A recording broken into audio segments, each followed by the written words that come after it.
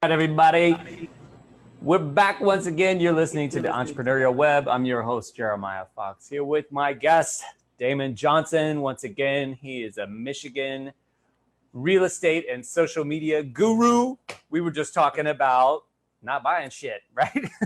Yeah, don't buy shit. But that, and you said it already. People like yourself and myself who are now running businesses and under just constant pressure when you don't work for somebody else, like you were saying, that veil got lifted a long time ago, right? Quick. Same for me. And I mean, she just run a restaurant. You're just always on the front lines, man. It's just like you're always just one banana peel away from just complete downfall. And this is like banana peels falling from the sky. Just, Right. But I was like, where are the people? it was just kind of like another day, but the adversity is what often makes us, we talk about that a lot in martial arts. People like Tony Robbins and Simon Sinek and of course Gary Vaynerchuk talk about that quite often. And you reiterated a number of those themes, like don't spend money unnecessarily just because you think you're getting money. Like nothing is for free.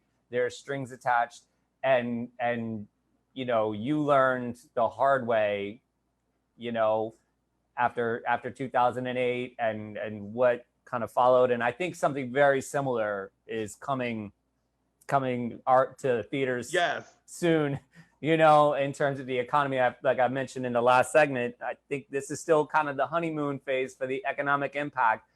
It hit service really hard. And you said it yourself too, with Pontiac and all those companies that are there, that the businesses surrounding them, the support businesses for them, a lot of the B2B, they're going to start to suffer. Right now, it's the companies themselves, the ones that are shut down. But there's these other companies like chugging along, and I see it on LinkedIn, and I hear it in the Times, and everybody's like, "Oh no, it's okay." And I'm like, "Yeah, your time is coming." Because this noose is going to get tighter and tighter. It's slowly moving. The longer those businesses are shut down, that it's just because they're talking about, everybody's ready to go back to work, and I'm like, I don't want to show a house and then die the next week because I went back too early. No, everybody's. It's not going to go back to the normal. I mean, restaurants survive by being full. I have a feeling for a long time people are going to walk up and see a half full restaurant and be like, you know what, we'll come back another night. You know what I'm saying? And just turn around and leave. It's going to be a much different thing. We all are going to have to make major adjustments. I also think a lot of these companies are going to realize how efficient some work from home. I don't think everybody's going to completely just be like remote. Okay, the world's remote now. But I think a lot of office spaces, especially in Midtown, where those office prices, man, the rents there are so high. A lot of those guys are going to be like, you know what? We probably don't need it 5 days a week, and start to co-op office space where they work remote half the week. I work from home a lot, and I see now like, I don't have to go there unless I'm meeting with a client or unless I really want. I mean, because my office isn't far from my house, so I get it. But like you're saying, a lot of companies and colleges too. I think this is they shot themselves in the foot, kind of, where they're like, I'm going to charge you all this tuition, but you're going to do it from home.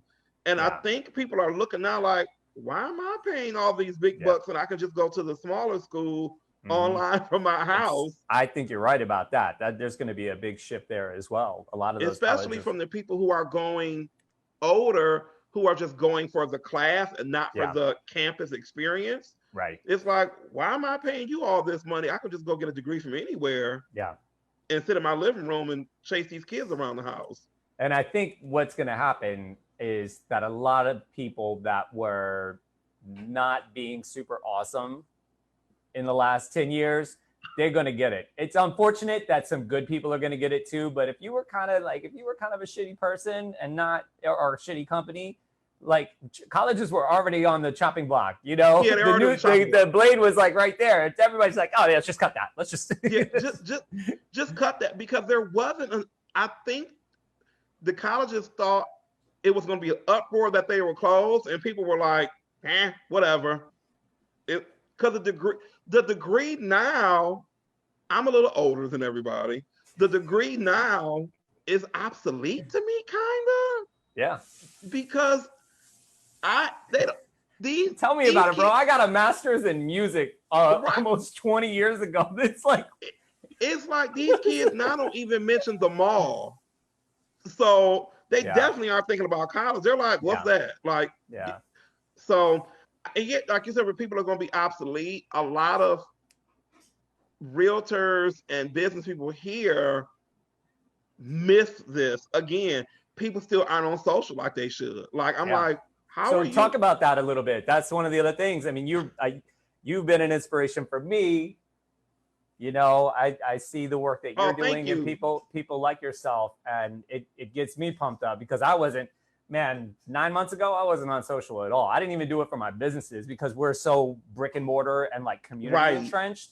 I was like, oh, what do I need that for? And I'll get to we'll get to the Gary Vee stuff soon. But prior to that, I just want to hear your take on social and how you've utilized it and how it can be utilized by people, especially now. For me, how I used to, I was like you. When I had accounts, I used them just, to talk to people that I haven't talked to in a while, friends, family, whatever. I was not using it for business until I got my real estate license. And even when I first got it, I didn't know how to, do any of this. I was like, oh, you post a house, you do this. I didn't know what it was really. I didn't know that this was a whole nother culture, that this was a whole thing.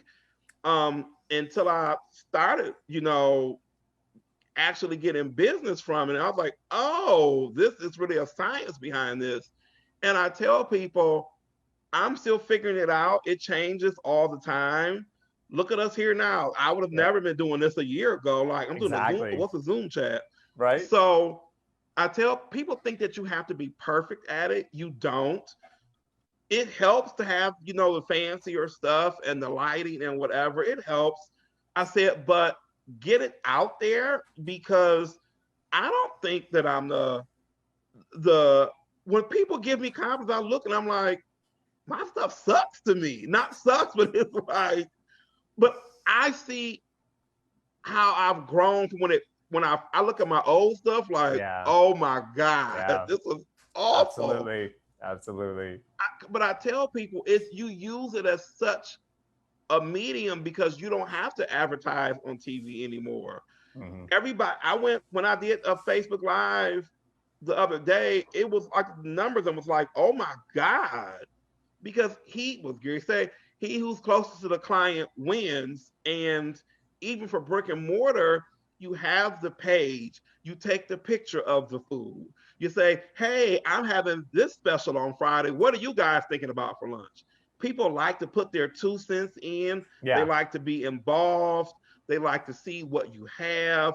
They want to see what your life is like. They want to see how this crisis is affecting you. So I try to give it to people straight, no chaser. Like, look, yes, I'm missing money. No, I don't want to die because I'm missing money. So social gives me that outlet to get that message out there, to get that I'm still doing soft business. I can tell you what to do for your home. I can tell you how to fix it. I can tell you what the market is doing right now. I can tell you how to price it. It lets you reach people that you wouldn't ordinarily reach. It lets you tell your own story, not for your company to tell it. It lets you direct the narrative. It lets you stand apart from everybody else, because everybody has an account, but not everybody knows how to work their account. People, it's some realtors here who do way more business than what I do. And I look at their accounts sometimes and I go, oh, this is awful. But I just look and I'm like, oh my God, this is terrible. Like, because they don't add, and I didn't used to either. I didn't know what adding value was. Right. Same and here. I thought adding value was just not ripping anybody off. Right. I didn't know adding value was, hey, pick up your dog poop outside before you show the house. So I look at adding value as giving people common sense answers. Like, yes, do this. No, don't do that. Yeah. So social for my business has been everything. I do miss pressing the flesh, but sure. I haven't missed a beat. And I think that's why I've been so positive while this is going on, that I really haven't missed a beat as far as my business and my clients, future clients, whatever, staying on top of business, keeping my ear to the ground, just really being on social, because social is like another job. If you're doing it right, like my phone company, I tell people this story, they emailed me like, hey, did somebody hack your account? It says that you're on 11 plus hours a day. And I was like, no, that's really me. And I go, working not it, that baby, I'm on, working it.